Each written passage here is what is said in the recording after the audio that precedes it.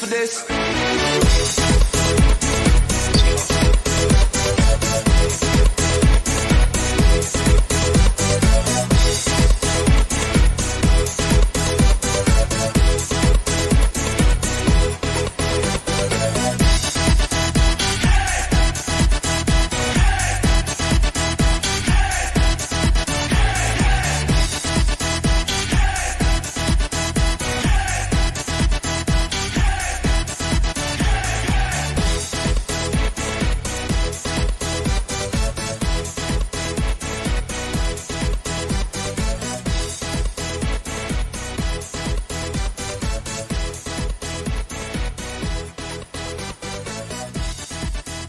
Well, good morning, everybody, and welcome to another Coffee Time with Blind United. It is Wednesday.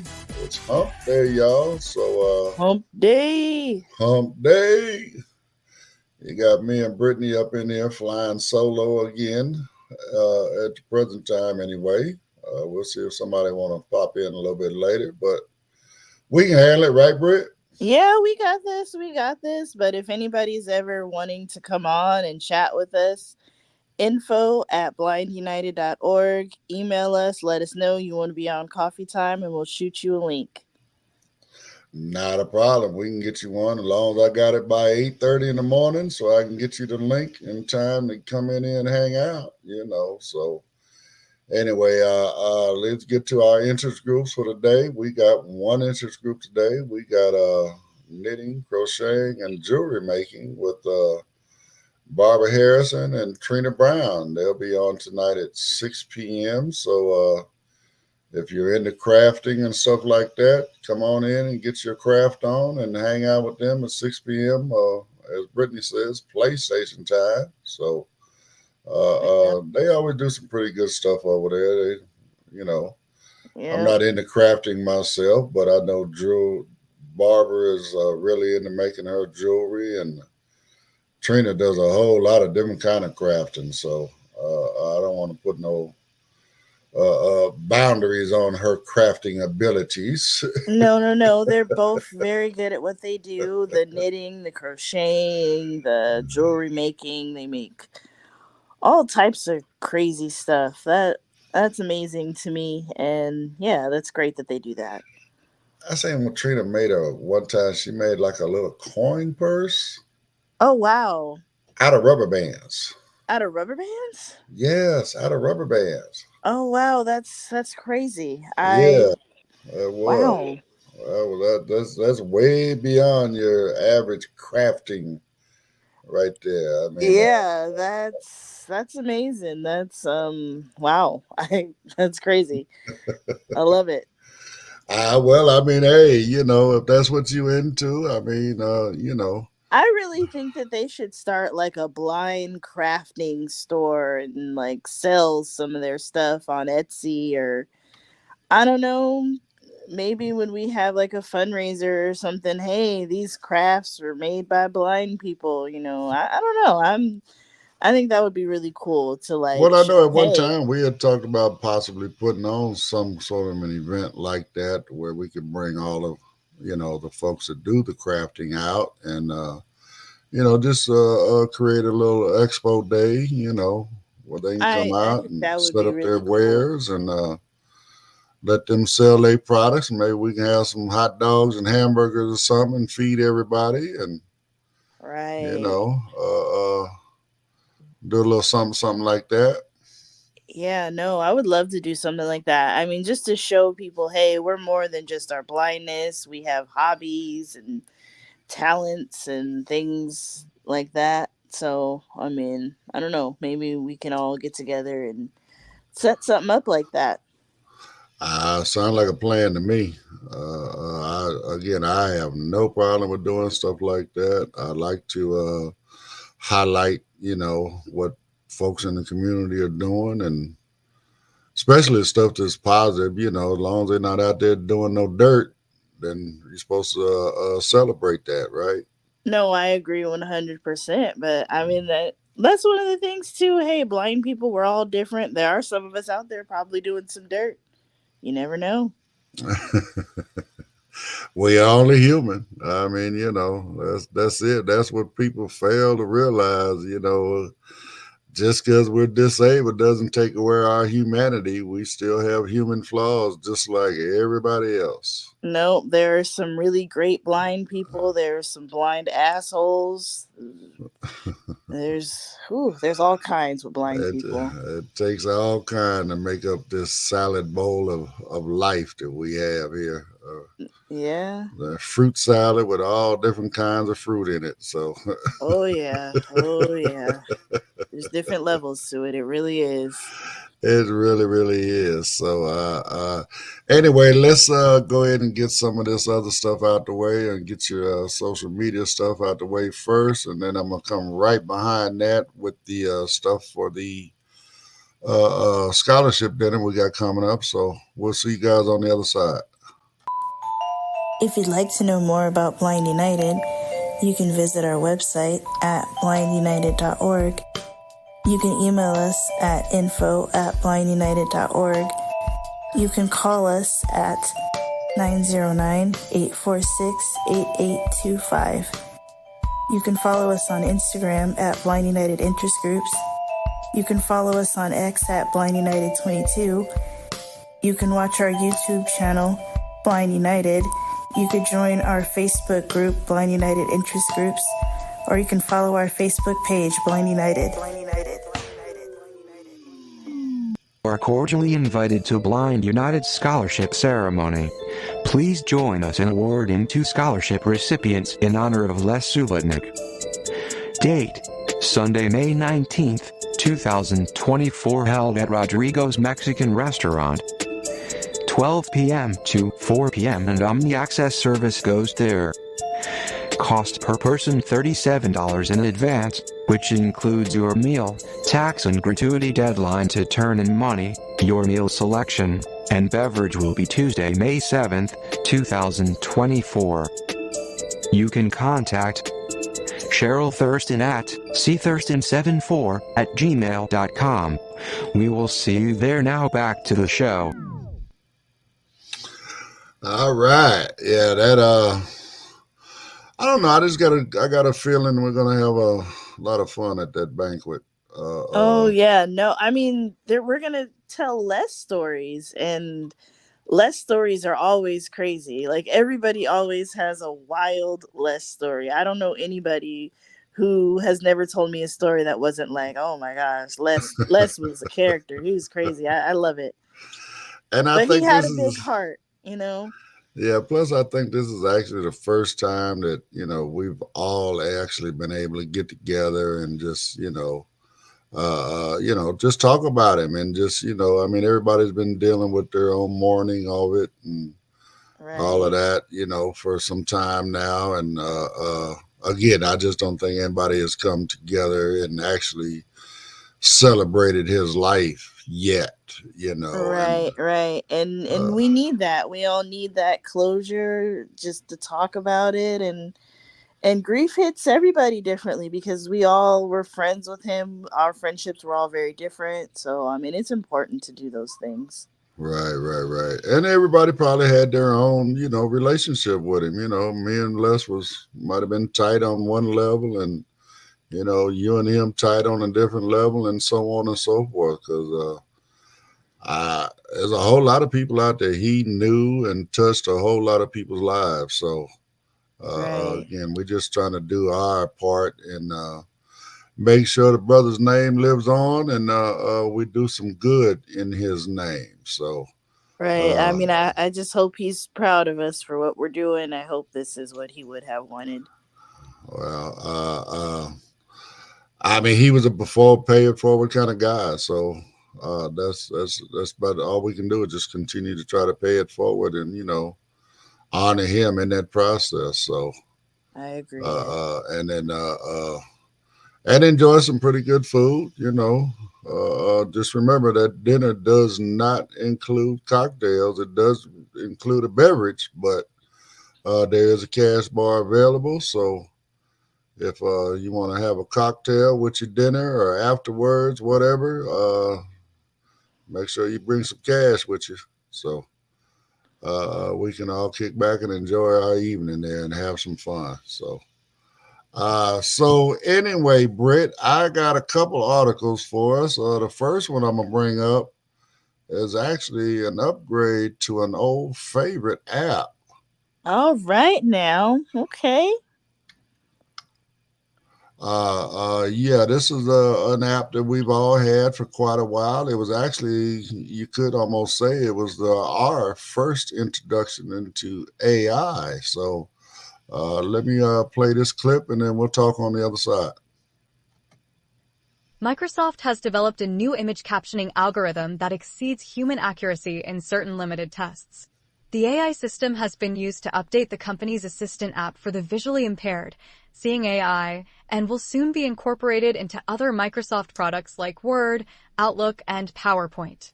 There, it will be used for tasks like creating alt text for images, a function that's particularly important for increasing accessibility. Ideally, everyone would include alt text for all images and documents on the web, in social media, as this enables people who are blind to access the content and participate in the conversation, said Saqib Sheikh, a software engineering manager with Microsoft's AI team in a press statement. But alas, people don't. So, there are several apps that use image captioning as a way to fill in alt text when it's missing.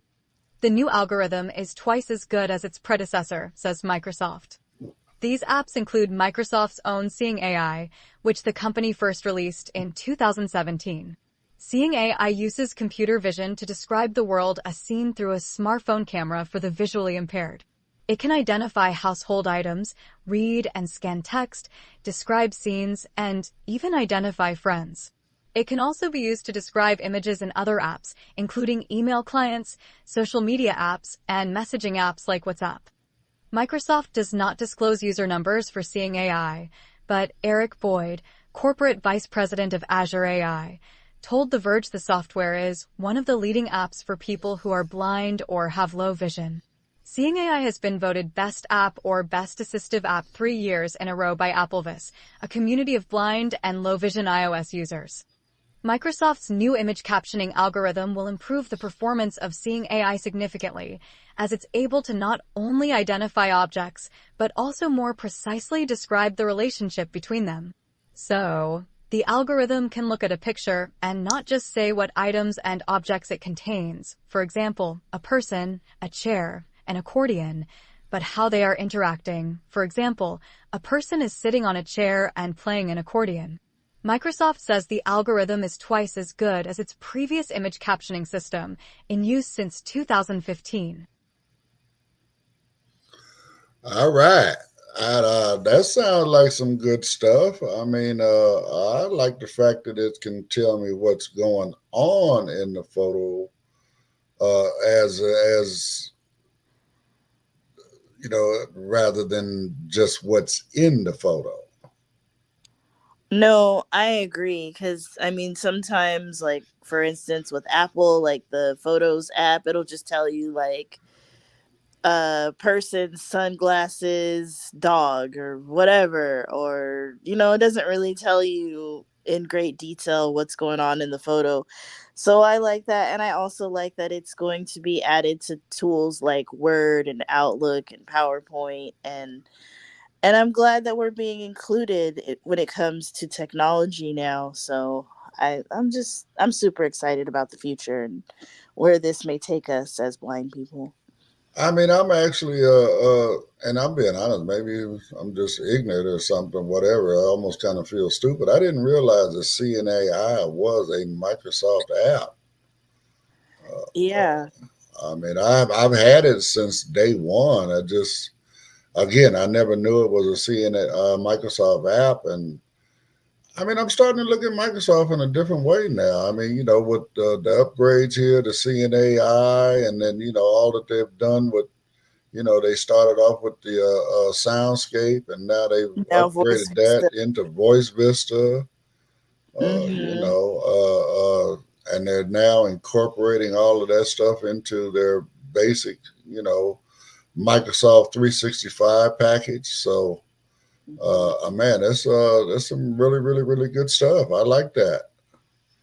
Uh, uh, the closed captioning thing, I guess that's basically what I know. They say alt text is what they're saying, but Right.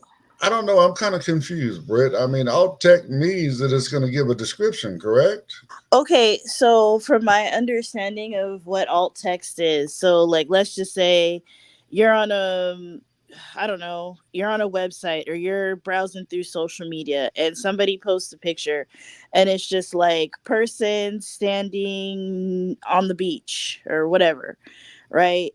That would be alt text, but like the closed captioning is more so for people that are deaf. So, Right, right, like, let's right. just say we're talking right now and we had the closed captioning on, it would be putting in print what we're saying at the bottom of the screen.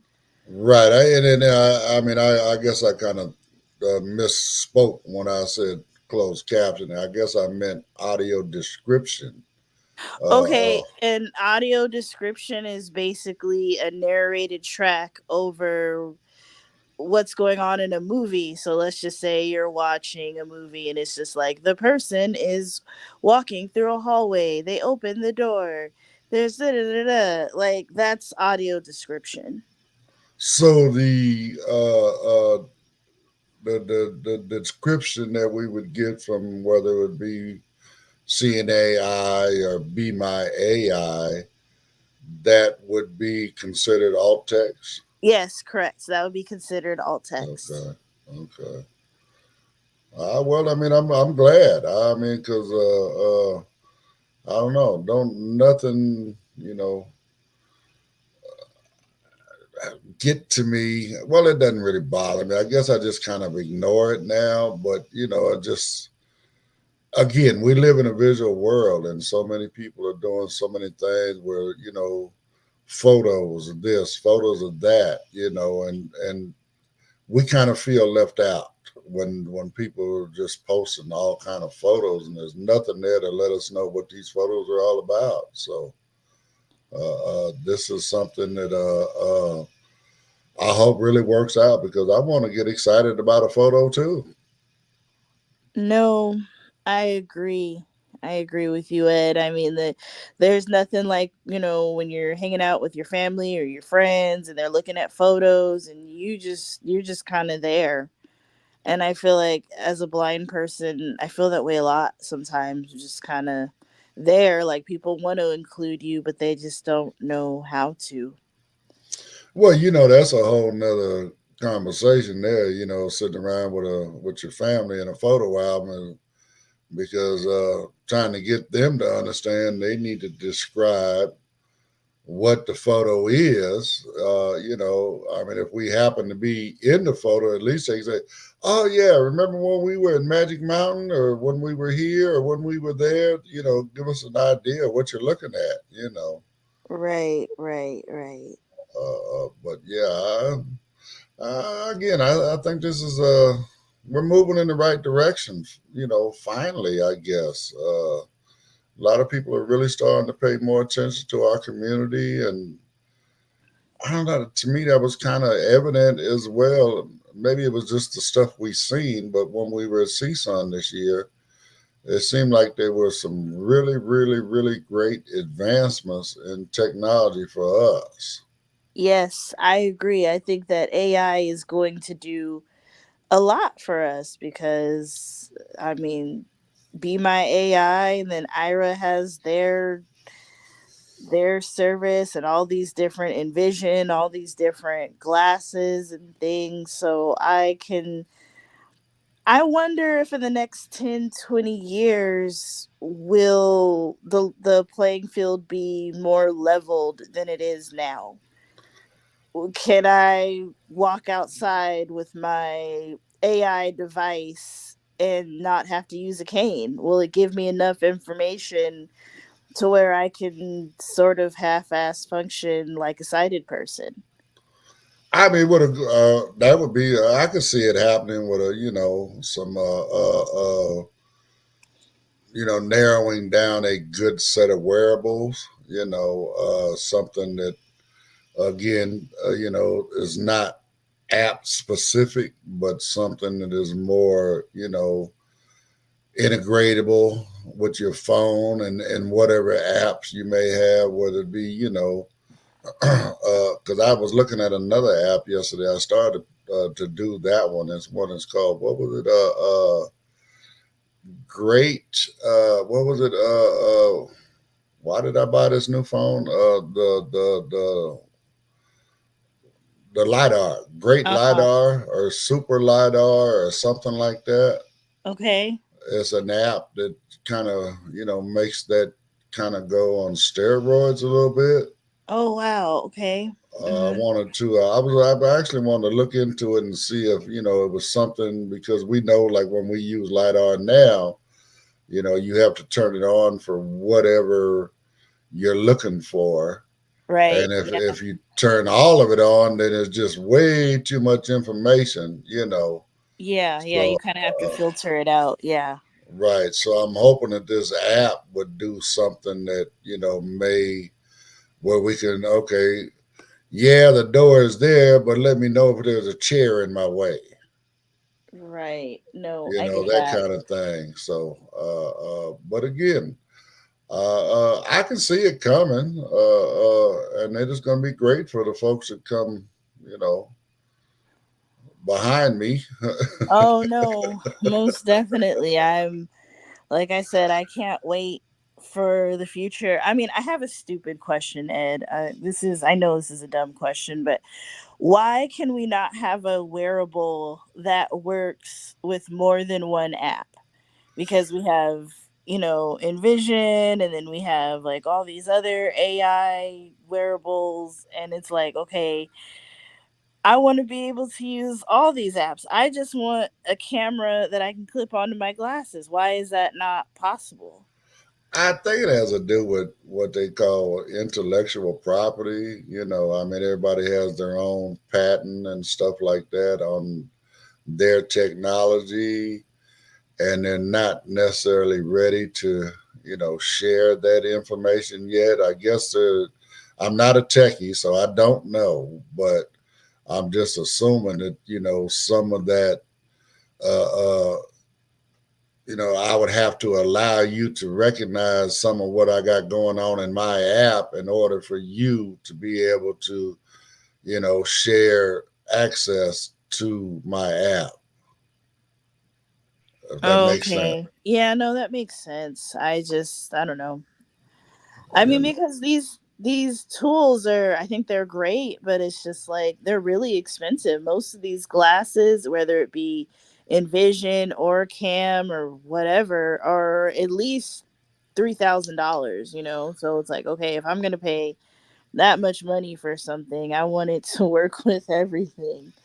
I agree. I agree. And again, I was joking with you. Well, not really joking with you yesterday. I was actually kind of serious. I want to take a trip to a camera store and see if they just, have something that, that may not necessarily be intended for what, we're looking for, but, is what we call that adaptive assistive technology. Yeah, yeah. If we can, okay, well, yeah, we got a camera right here, and we can plug this into your phone, and you can do FaceTime and whatever. And if it works with Ira and Be My Eyes and all of that at the same time, man, let me have that.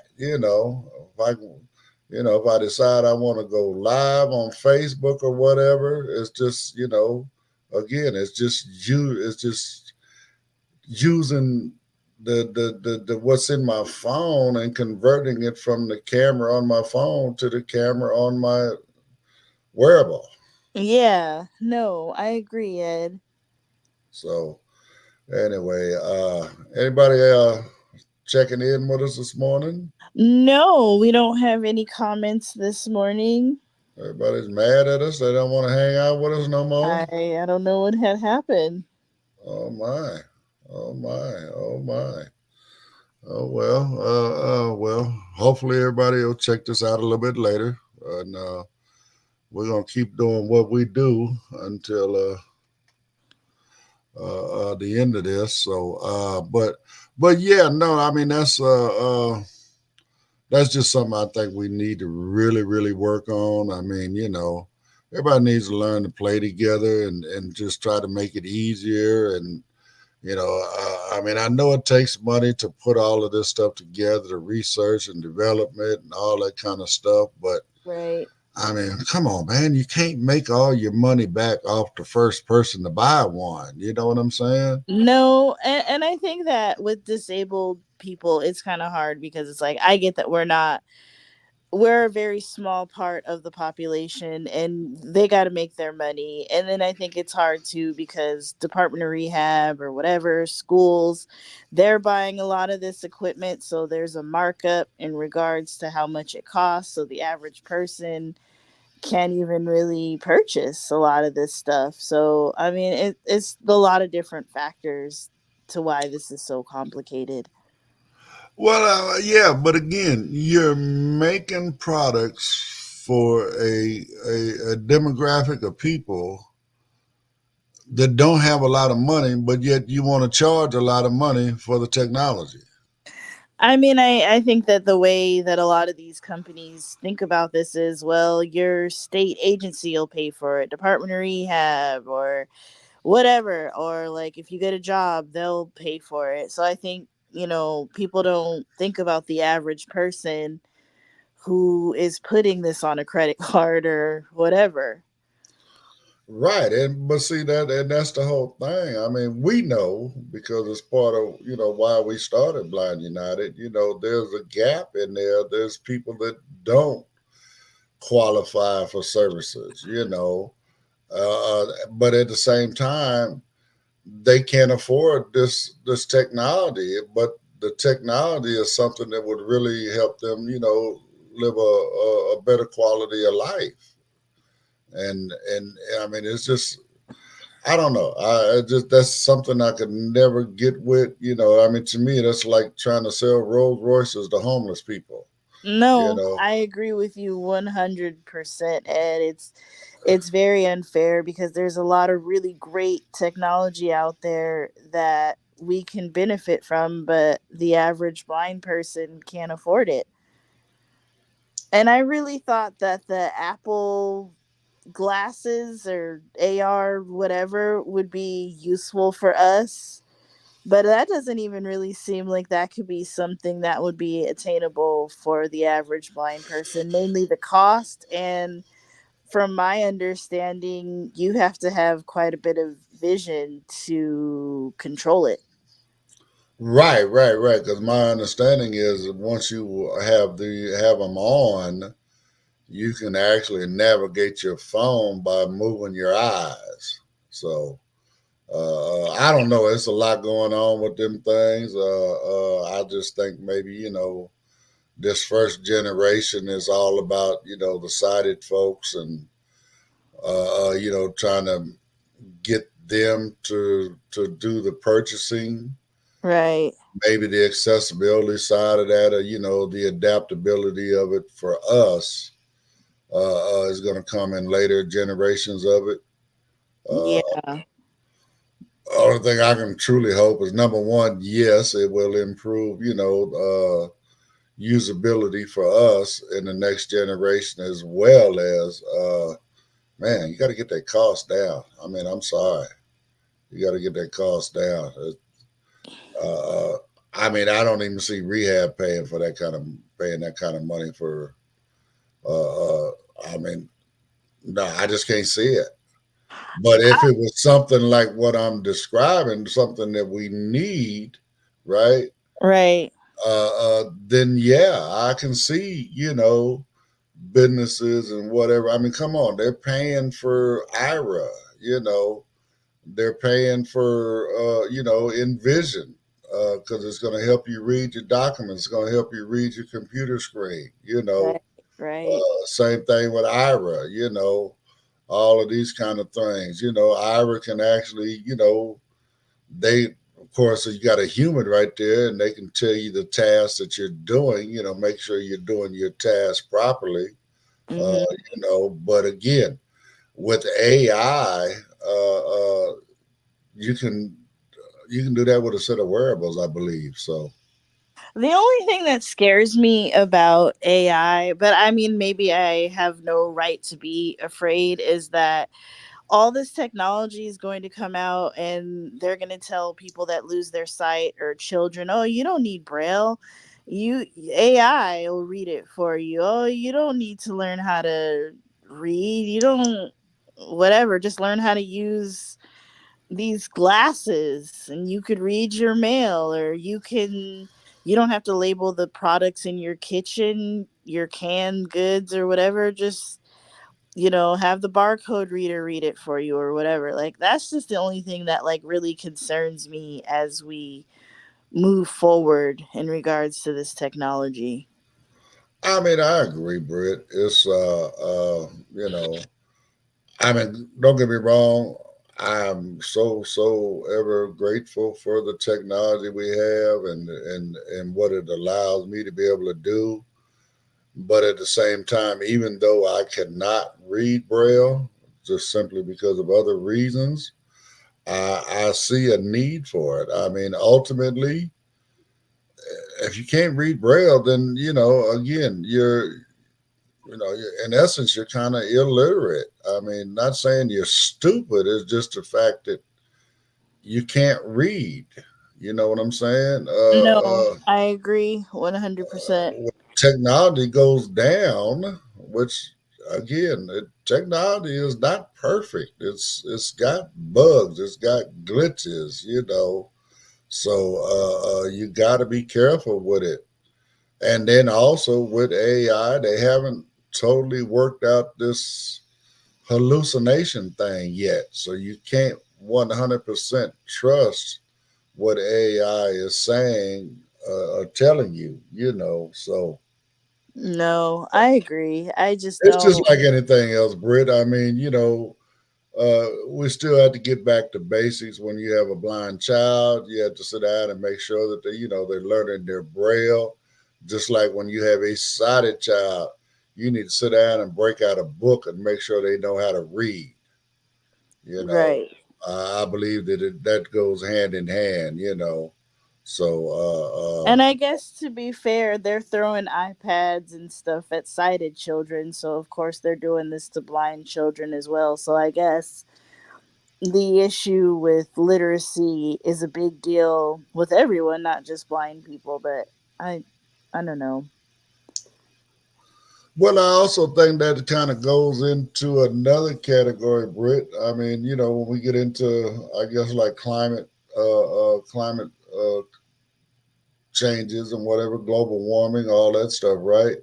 Mhm. Uh, uh, we're cutting down trees and all this other kind of stuff that actually produce oxygen in order to make paper, Right. stuff like that. So, I mean, so you're eliminating a lot of that need for paper by doing everything digitally, you No, know, I get that. So I mean, on one hand, it makes sense, but I don't know, I think it's a complicated issue because yeah, you're right. Okay, we're saving trees, but then okay, we're creating all these devices, and that's probably not good for the landfills and mining all the material that goes into these different devices. That's a whole other conversation. but electronics is very highly recyclable, Britt. Right. No, I get you. It's There's just literally gold and silver and all that stuff in these devices. right. No, I get that. Matter of fact, I had an uncle back in the day. He made good money by getting gold and silver out of circuit boards. Okay, okay.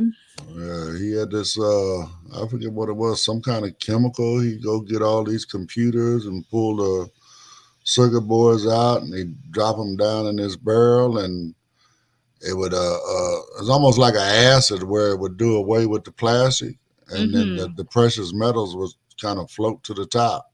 Oh, okay, that's interesting. Mhm. Yeah, and then he'd just scoop it off and make him some gold and silver bars, and he had it going on for a while there. Okay, okay.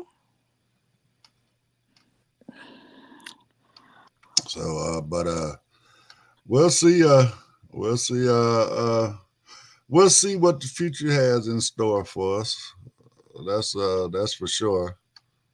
I'm just wondering, how is this going to affect the workplace? And I mean, because now you have to have basic knowledge of a computer, but it seems like computers are changing constantly. Like, how do you keep up? And even as a blind person, right? I mean, I can't just pick up an Android phone and go, oh, okay, this is the messaging app because it has a message bubble. Okay, this is the mail app because it has an envelope, or this is the settings because it has this. Because I can't look at the screen and I have to learn all these different gestures. Like, I just wonder how all of this is going to change as we move forward.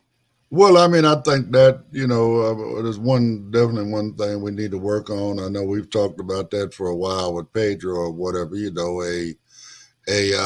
Universal gestures that would work. Not only on Android but on the iPhone. On your Windows touch computers, and all of these screens now. Where it's all touchscreen stuff. If you had a universal set of gestures, Hmm. then regardless, like if we were going to the ATM, if we got a universal set of gestures, you know what I'm saying? We can navigate with inside that ATM, or if we're at a kiosk at a restaurant, which a lot of restaurants want to put their little computer kiosk on the table now for you to place your order and pay your bill. I mean, there's a whole lot of stuff going on with technology, but again, in order for us to be included in all that, you can have a nice new device again, but if it's not, you know, even if it has finger gestures to it, if we don't know what them gestures are, we don't know how to use it. So therefore, if you had them universal gestures, then we'd be good. So No, I agree. And another thing that I don't know, I thought about is like, okay, so you know how you go to the ATM machine, right, Ed, and you take out money and you're supposed to have headphones with you and plug them in, and it's supposed to be able to read you all the information. Ed, I don't have headphones anymore because my phone is lightning. So I have AirPods, or I have Bluetooth headphones, or I have like the little lightning wired headphones that go into my phone, but it's like I don't even carry the regular standard headphone. right, the 3.5. Yeah, I don't even carry those anymore. And I noticed that most ATMs still use those. And I went to the post office the other day because I had to mail something. And I noticed, like, with the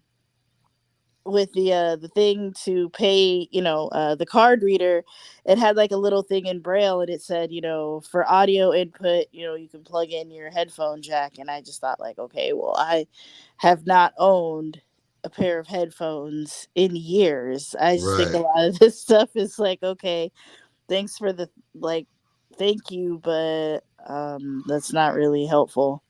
right. I agree. I agree. And then, like you said, it's just how many people really carry headphones anymore, and then again, that's another issue that I've always had since, I started learning about technology within the community or whatever.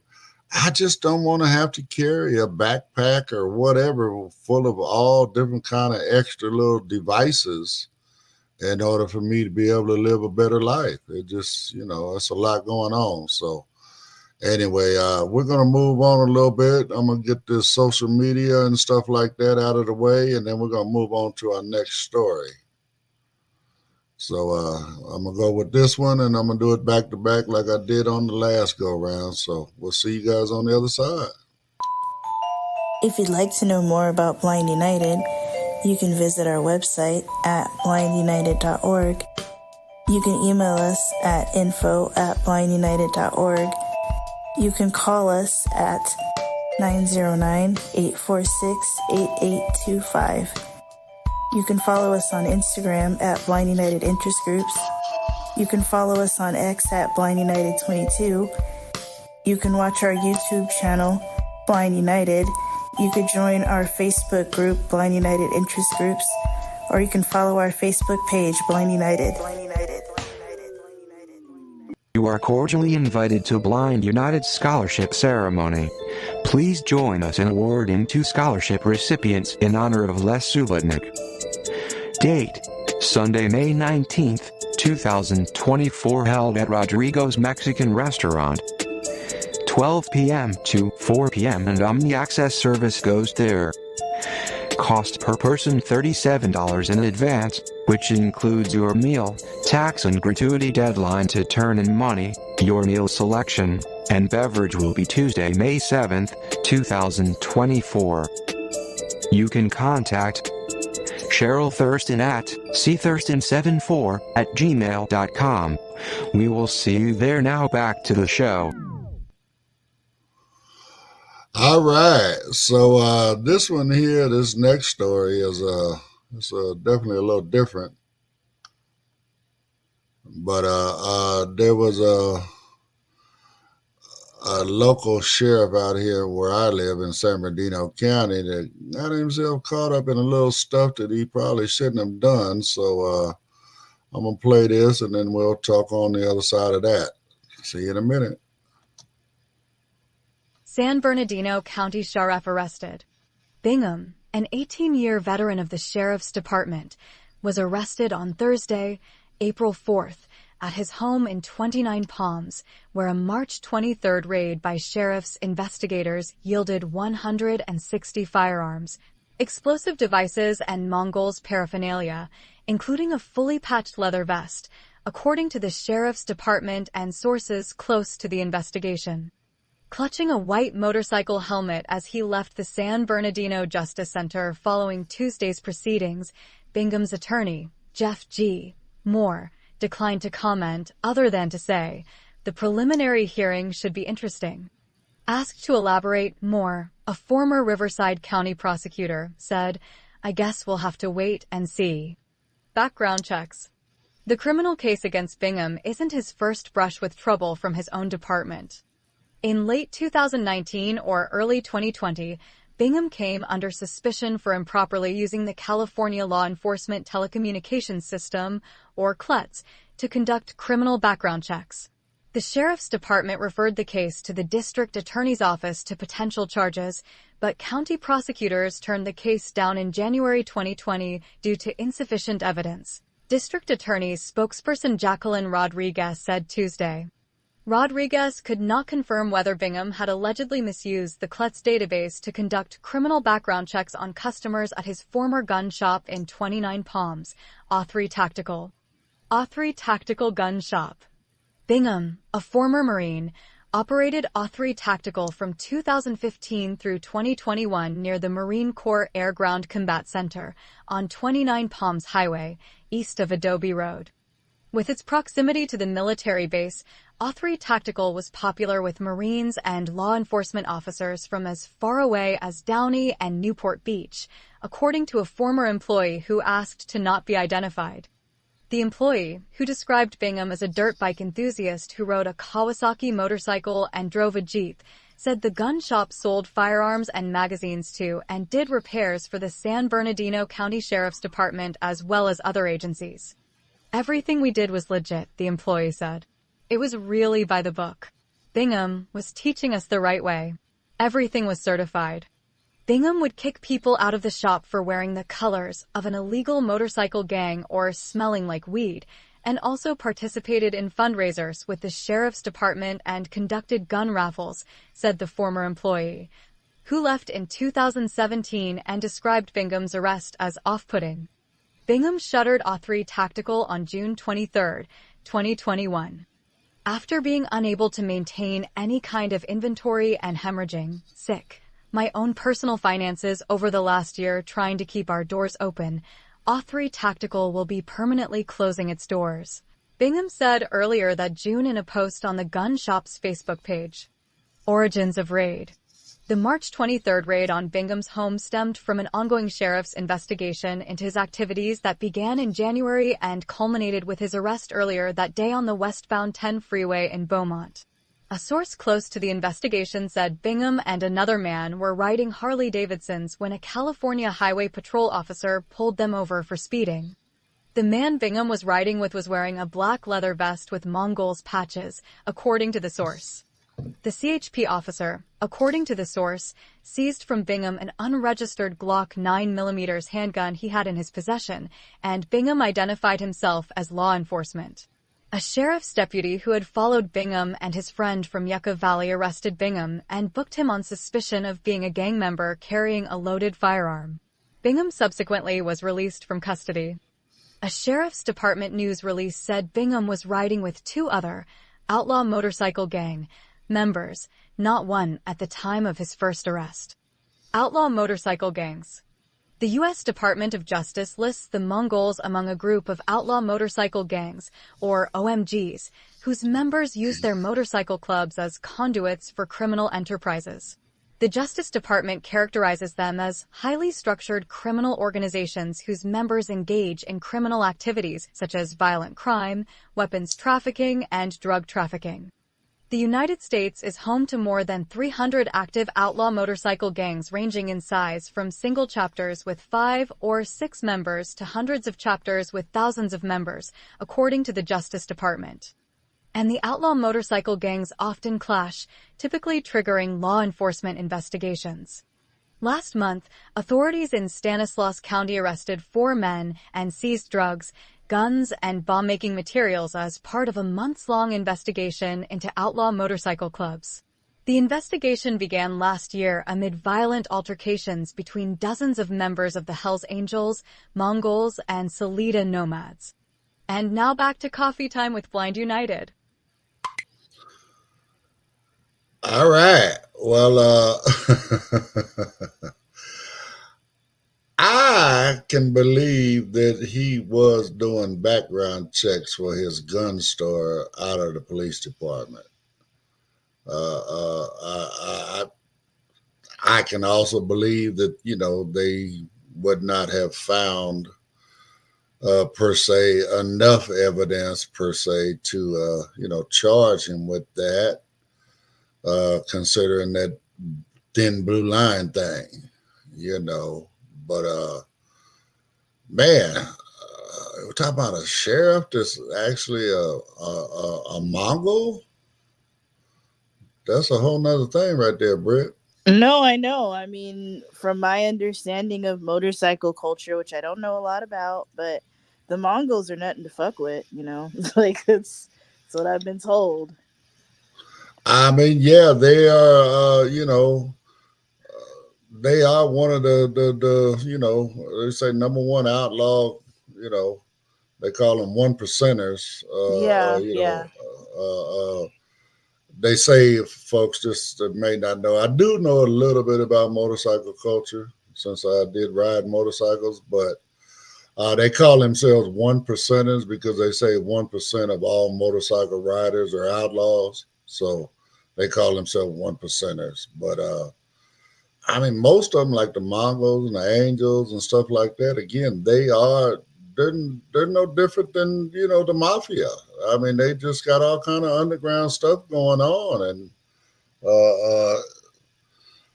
I mean, so it's not far-fetched for him to act one way in front of his employees in that store, because he's trying to he's trying to portray that image of being, an upstanding officer of the law, right?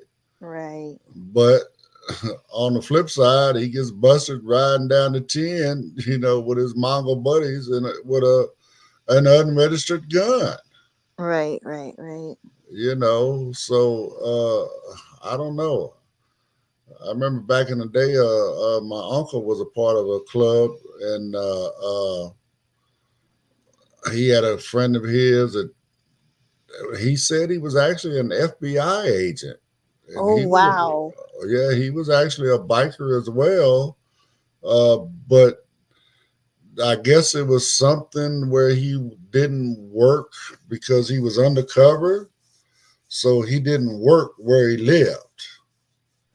That's So interesting. the clubs and everybody that rode with him, that he associated with, they did not know that he was undercover FBI.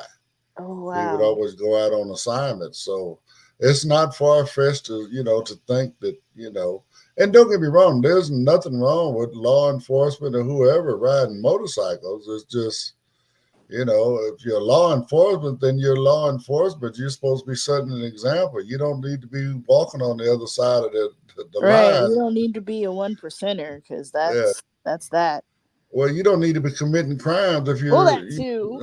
if you're That sworn to too. uphold the law, So, uh, But I'm pretty sure there's probably a lot of law enforcement doing some nefarious things that we don't know about, and I think it would be easy for them to do that.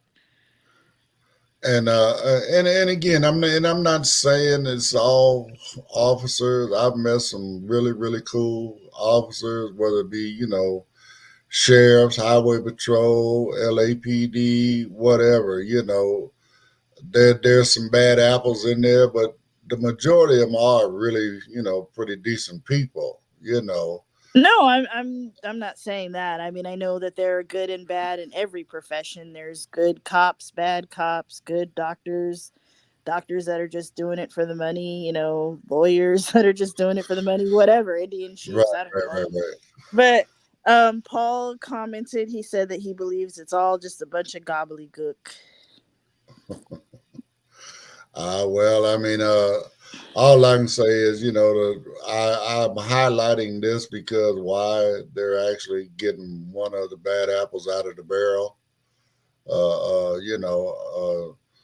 Which that's to me is the goal. Get them out of the way, and then you won't have such a negative opinion of law enforcement. I mean, we've all got a negative opinion of them. Well, I should maybe not everybody, but I know I do just because of the way I grew up and some of the dirt I've seen them do. But I also understand that it's a brotherhood, it's a group, it's a club kind of thing. In essence, it's law enforcement thing to where you don't stand up against your fellow officer. You kind of just go with the flow. So basically, what you're saying, Ed, I mean, I don't want to put words in your mouth, but law enforcement is kind of like a gang as well. They stand up for each other. They agree with each other. If something bad happens, they're gonna Well, and protect again, their they may themselves. not necessarily agree, but they're not gonna call them out. You understand what I'm saying? I mean, You hypothetically speaking, let's say I had a friend of mine. He's way cool, but he likes dating females that's under 18 years old or whatever, right? right? I mean, he's my friend, so I won't necessarily call him out on that, even though I don't approve of it, you Right. know. Okay, I get that. I get And where you're that's what I'm coming saying. from. I mean, these good cops, they may not necessarily approve of what the bad cops are doing, but they just don't say that. Right, but when you don't say anything, you're compliant. You might as well be committing that crime with them because you know about it. I don't know. I mean, I'm not a snitch either. I think if I were in a situation like that, I probably wouldn't say anything either. So I have no right to say anything one way or the other. I mean, I've just heard a lot of officers speak that way, in more recent times, where it's just again, you gotta trust that your partner, you gotta trust your fellow officers when you're out there, and if they think that you're, you know, possibly going to turn on them, you might get caught with a stray bullet. No, that makes sense. I get that. That's one of those jobs So where you you really have kind to of trust each other. you kind of go along with it just so you can know that you're going to be able to go home at night. No, If that makes something happens, sense. let it be, because of the criminal, not your fellow officer. No, I understand that. So And I get that these people are just people. They want to go home to their families. I respect that. I mean, I mean, in essence, it's a tough job. I mean, not everybody really cares about them, and nobody wants to see them coming. I guess That is unless very you're in, true. unless you're in trouble and you called them, you might want to see them come then, but depending on where you grew up, they'll come and get the wrong person. No, I can understand No, that. we called you for that guy. Why are you taking that guy to jail? Right, right. And I could see that job, having weighing heavily on a person's mental well-being. And I mean, I don't know how often they do mental health checks to make sure these guys are good. Well, I don't know. I think it ought to be a regular thing. I mean, I'm sorry. I just do. I just think it needs to be part of their regular, whether it's once a year, twice a year, just like whatever training they have to do to be brought up to date. They need to sit down with with somebody and get a feel for how their mental status is at any particular time. So Right. uh, uh, uh, but uh, but yeah, that's just crazy to think that like I said, you got a fine, supposedly fine, upstanding law enforcement officer. You think he's out there doing everything he can to serve the community, and next thing you know, he's riding down the street with a motorcycle gang, and carrying illegal weapons and doing illegal activities. Right, right, right. So it's crazy stuff, crazy, crazy, crazy stuff. So I mean, I guess it just goes back to what we were talking about in the beginning. People are humans, and humans get caught up in some very messy situations. right, right, right. And I think it's hard too because, well, these police officers, they're supposed to be police officers. They have to be involved in domestic disputes, mental health things that other people are going on. Like, their job is very complicated. So I don't know. I mean, again, and like you say, domestic disputes. I mean, you don't never know what you're walking into when you walk into one of them situations. A lot of their job is walking into situations when you don't really know what's getting ready to transpire or what has transpired. So, I mean, yeah, on that note, in essence, you are putting your life in danger, but you knew what the job was when you signed up for it as well. Yeah, I believe that that is true. I just think sometimes people think, "Oh, I can do that. It's not that hard." And there's different factors that you didn't even imagine or think of or whatever. And I think that you don't know what you don't know until you experience a situation. Well, not only that, just remember there's also a lot of guys that were kind of bullied when they were going through school and whatnot. And, they think by becoming a police officer and getting that gun and that badge, now they're tough guy, and they want to portray that tough guy image and all that all kind of stuff. I mean, I know I'm reaching, but again, there are folks out there that do that kind of stuff. So, No, I agree. so, but Well, that must be the wrap it up music telling us to shut it up. we're getting close to it. We're getting close to it. So I just figured I would wind us down here. All right, all right. Well, thank you everybody for listening. We appreciate you guys, and we really appreciate the support. And if you have any questions, concerns, comments, criticisms, info@blindunited.org. And if you'd like to be on the show, info@blindunited.org. We would love to have you. Don't forget, we're collecting canes for You Can Give. You can go to youcangive.org and get information and ship your canes off to Jimmy, or you can get at us at info@blindunited.org, and we can work it out so you can get your canes to us so we can help these folks out, put some canes in the hands of people that would not normally be able to get a cane. So on that note, we're going to call this one to an end. I appreciate everybody that stopped in, and appreciate everybody that might check us out a little bit later. Please remember, we are on YouTube now, so we'd appreciate it if you run over there and look us up. And like I said, hit that like, subscribe, and all that good stuff over there. Make sure you set that notification bell, and it all helps out. So we appreciate everybody. And Brittany, you have a great rest of your day, and we will talk to everybody tomorrow. Have a great day.